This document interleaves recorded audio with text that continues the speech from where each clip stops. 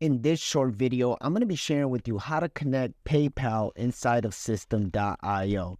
So once you're right here on your dashboard, you want to click right here on your profile picture, click on Settings. Now you want to go to Payment Gateways. And you want to click right here on PayPal.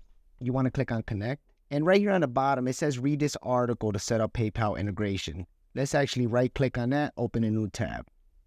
So right here, it pretty much walks you through the steps.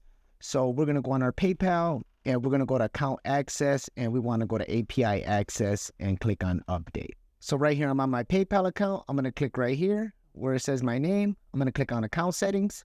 Right here is account access. There's API access. Now I'm going to click on update. Now it says to scroll down to the MVP SOAP API integration and you want to click on manage API credentials. So right here on PayPal, MVP SOAP API integration, click on that. On PayPal, you want to click on request API signature, agree and submit. On my PayPal, I don't see this section right here.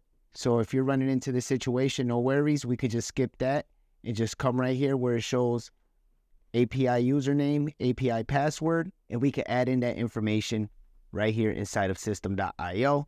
So going back over here to PayPal, here's my username, here's my password, and here is the signature. It's asking for the username. So I'm going to come right here to PayPal. I'm going to grab this username and paste it in right here inside of System.io. Now I need to paste in the password.